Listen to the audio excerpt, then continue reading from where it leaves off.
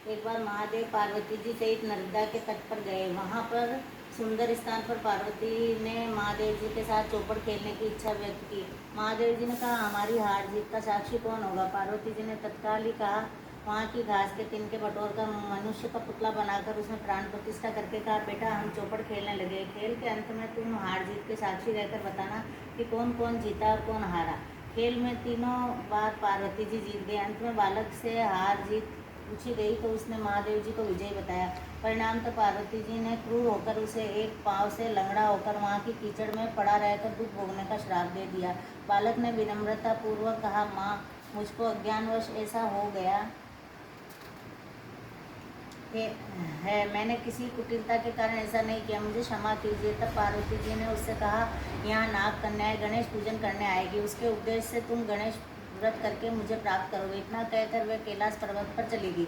एक वर्ष बाद वहाँ श्रावण में नाग कन्याएं गणेश पूजन के लिए आई। नाग कन्याओं ने गणेश व्रत करके उस बालक को भी व्रत की विधि बताई। तत्पश्चात बालक ने 12 दिन तक श्री गणेश जी का व्रत किया। गणेश जी ने उसे दर्शन देकर कहा, मैं तुम्हारे व्रत से प्रसन्न हूँ, मनवांछित वर मांगो। बालक बोला, भगवान मेरे पाँव में इतनी शक्ति दो कि मैं कैलाश पर्वत पर अपने माता पिता के पास पहुंच सकूं और वे मुझ पर प्रसन्न हो जाए। गणेश जी तथास्तु कहकर अंतर्धान हो गए। बालक भगवान शिव के चरणों में पहुंच गया।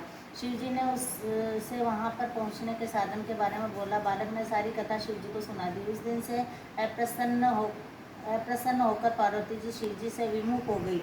तदुपरांत भगवान शंकर ने भी बालक की तरह 21 दिन पर्यंत श्री गणेश जी का व्रत किया, जिसके प्रभाव से पार्वती जी के मन में स्वयं महादेव जी से मिलने की इच्छा जागृत हुई।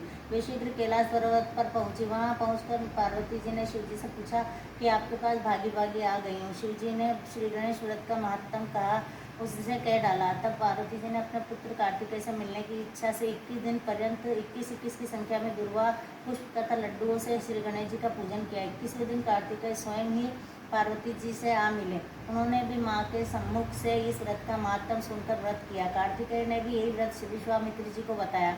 विश्वामित्र जी ने भी व्रत करके गणेश जी के जन्म से मुक्त होकर ब्रह्मा ऋषि होने का वर मांगा। गणेश जी ने उनकी मनोकामना पूर्ण की। बोलो गजानन महाराज की जय।